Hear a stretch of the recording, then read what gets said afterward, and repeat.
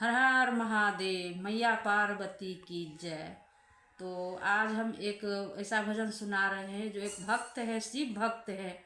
तो उनको घर में ही एक काली नागिन डस लेती है। तो वो बहुत विकल होकर के और मैया पार्वती से अरज लगाती है, माँ गौरी से अरज लगाती है। तो क्या बोलती है, यही ये भजन है, आप लोग सुनिए। आंगुरी में डसले बिया नगिनिया हे गौरी, भोला के जगादा। आंगुरी में डसले बिया नगिनिया हे गौरी, भोला के जगादा। भोला के जगादा हे गौरी, भोला के जगादा। भोला के जगादा है गौरी, भोला के जगादा। पोड़े पोड़े उठेला, पोड़े पोड़े उठेला लहरिया है, लहरिया है गौरी, भोला के जगादा। पोड़े पोड़े उठेला लहरिया हे गौरी, भोला के जगादा। आंगुरी में डसले बिया नगिनिया हे गौरी, भोला के जगादा। आंगुरी में डसले बिया नगिनिया हे गौरी, भोला के जगादा। पूर्व गईनी हम पश्चिम गईनी, पूर्व गईली हम, पूर्व गईली हम पश्चिम गईली।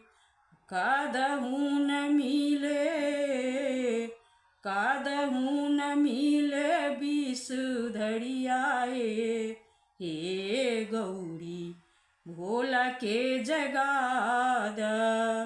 कादहू न मिले विषधरिया हे गौरी, भोला के जगादा।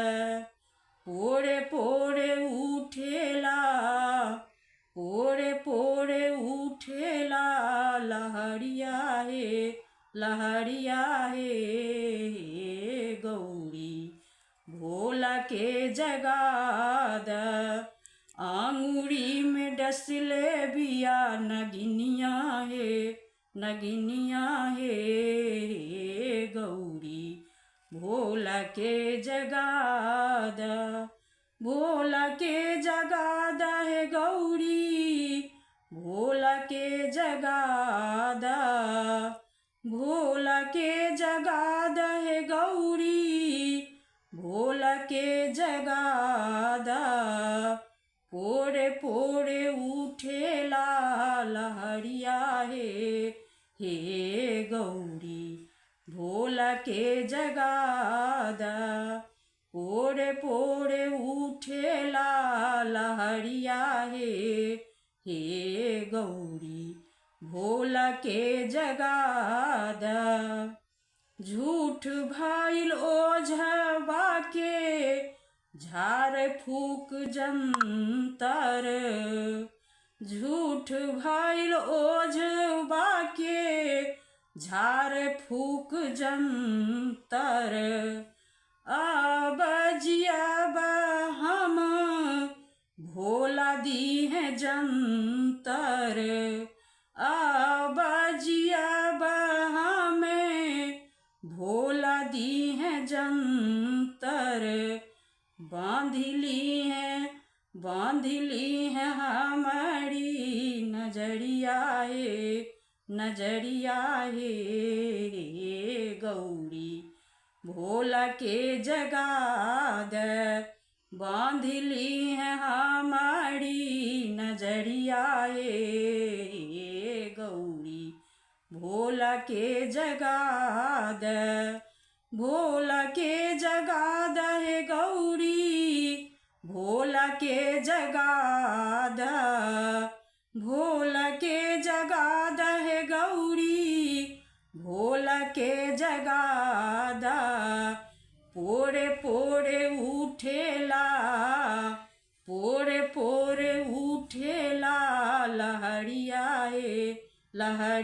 हे गौरी, भोला के जगा द। पोरे पोरे उठेला लहरिया हे गौरी, भोला के जगा द।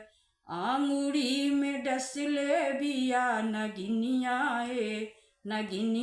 हे गौरी, भोला के जगा द। आंगुरी में डसले बिया नगिनिया हे गौरी, भोला के जगा द, भोला के जगा द।